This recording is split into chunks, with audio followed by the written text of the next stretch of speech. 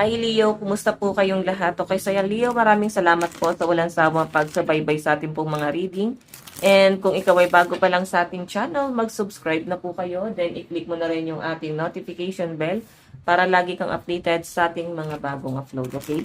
So Leo, sa mga interested po sa ating private reading, nasa description box below lang po yung link ng Facebook ko at ng aking WhatsApp. Pwede nyo rin ako guys i-message sa Viber. Nandiyan naman yung number ko. Okay? So, by the way guys, ayan, kung mapapansin nyo, nagpalit ako ng name. Na-report kasi yung account ko. Then, naisip ko na baka pag nilagay ko pa rin yung dati kong name, baka ma-report pa rin. So, nagpalit na lang ako ng name. Ayan, sa mga nagtataka, sa mga naghahanap sa akin. Okay, pwede niyo akong i-search sa Facebook. Ito lang din yung name ko at saka picture ko. Dalawa yung Facebook at saka Facebook page. Okay, so by the way, tignan natin. Leo, Sun, Moon, Rising, and Venus sign. So, by the way, happy birthday po sa mga Leo, no? Ayan. Saka sa mga magbe-birthday pa lang. Okay, Leo, ano ba yung mga possible na ganap sa inyo this week? Leo, Sun, Moon, Rising, and Venus sign. Meron tayong the Sun. Okay, so guys, ito naman the Sun, maganda to. Kumbaga, nagkakaroon ng sigla ang mga Leo. Nagkakaroon kayo guys ng buhay. Nabibigyan ka ng masaganang buhay, parang ganon. Okay, nagkakaroon ng magandang pangyayari or kaganapan sa mga Leo or possible na may good news, abundance na paparating talaga sa inyo. Kasi ito guys, the Sun is achievement yan. So baka meron ka ma-achieve, something achievement sa goals, pwedeng sa career mo, baka may magandang mangyayari sa career mo, Leo. Okay, so by the way, additional message, Leo. Meron tayong treatment. Oh, so possible na ibang Leo dito. Baka kayo ay nasa healing process, nagpapagaling, or pwedeng literal na broken-hearted. So possible na ma-overcome mo na siya this week. Ayan yung pinapakita dyan. So, unti-unti ka nang makaka-recover dyan. By the way, Leo. Meron tayong way to hell. So, ingat kayo, Leo, ha. May mga mahilig dito, guys, sa sugal. Baka masyado nyo, guys, inaabuso yung sarili nyo sa sugal. O pwedeng mga taong malapit sa inyo, kasama nyo sa bahay. Pwedeng partner mo yung masyadong nahihilig sa sugal. Hindi siya, guys, nakakatulong. So, I think yung iba sa inyo, mauubos ka rito sa sugal na to. Okay, wag lang kayo, guys, masyadong gigil-gigil dyan. Mauubos ka rito, kaya kailangan i-limit mo yan. So, by the way, meron tayong the tower. Di ba yan, oh? Ito yung magpapabagsak sa inyo, guys. Sa mga mahilig magsugal dyan, pwedeng hindi yan, guys, makakabuti. Yung iba sa inyo, guys, pwedeng na-overcome nyo na. Kaya siguro kayo ay nasa healing process. Then the Sun. Then yung iba naman dito, guys, vice versa. Pwedeng may maganda nang nangyayari sa inyo, pero parang inabuso ng ibang Leo dito nangyari. Hanggang sa parang ang ending, na unti-unti ka nauubos. So, pwedeng ikaw yan or yung partner mo or pwedeng kasama mo sa bahay. Basta something na bad habit yung nakikita ko dito. Hindi man yan guys sugal. Pwedeng mga bisyo na kailangan guys i-limit, no? Tignan pa natin guys, Leo. Meron tayong social network. So may nakikita ko dito guys, ingat din kayo. Daming problema, no? Kasi nga naka-ghost month, Lionsgate, no? Hanggang kailan ba yung ending ng Lionsgate?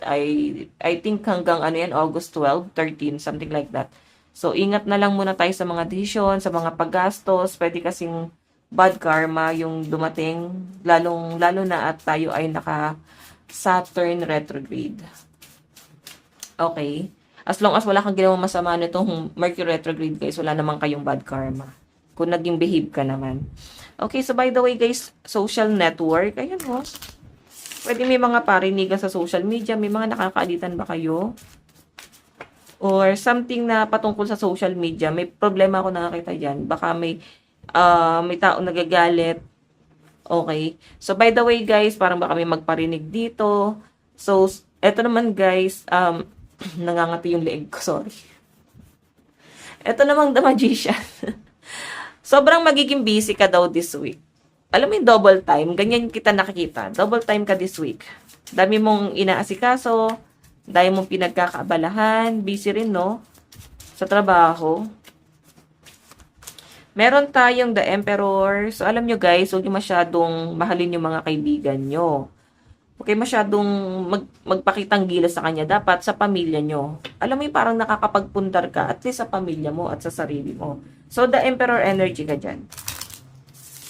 Yung pinapakita sa akin dito, guys, is something na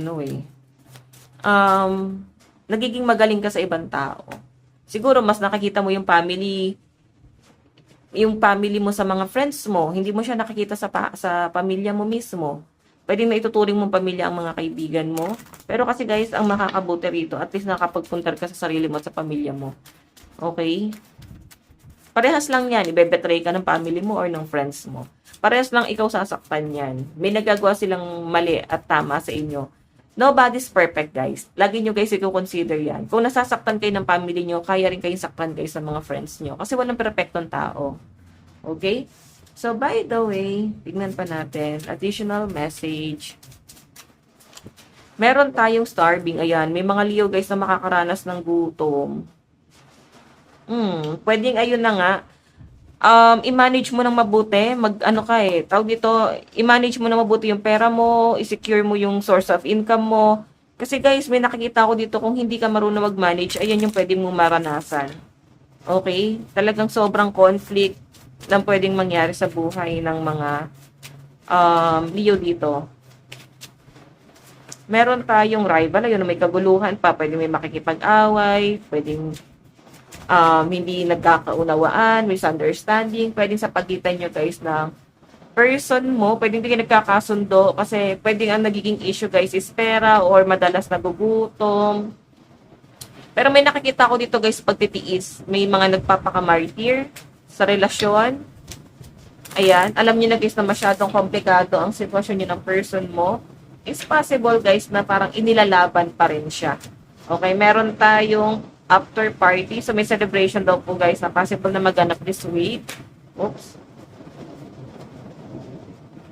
Temperance. Ayan, pagdating sa love life mo guys, madalas kang nadadamay sa gulo ng person mo. Or pwedeng nadadamay mo siya sa gulo mo. Pwedeng vice versa yan. Advice pagdating sa love life ni Leo. Ingat tayo guys, no? Lakas ng ulan, grabe. Honeymoon, enjoy the bliss of holiday time together. So I think kailangan nyo guys ng bonding na person mo, baka napapabayaan yun eh. Masyado kayong nasubsob sa mga responsibilidad. Okay. Advice, meron tayong ultimate fulfillment. Dream big, it will all work out. 'Di ba? Ultimate fulfillment. So, kung may taas yung pangarap mo, mag-work out yan. Kasi, yun yung sineset mo na goal mo sa buhay mo at possible na ma-manifest mo yung bagay na yun. Pero syempre, huwag kang gagawa ng mali. Yan, yung sugal. Kung ka sa sugal, guys, iiwas mo na yan, itanggal mo na yan sa sistema mo. Pero kung hindi man ikaw yan, pwedeng person mo, kailangan siguro tulungan nyo sila, guys, na huwag malihis ng landas. Okay? So, by the way, guys, ito lang po inyong reading. Maraming salamat. Bye-bye.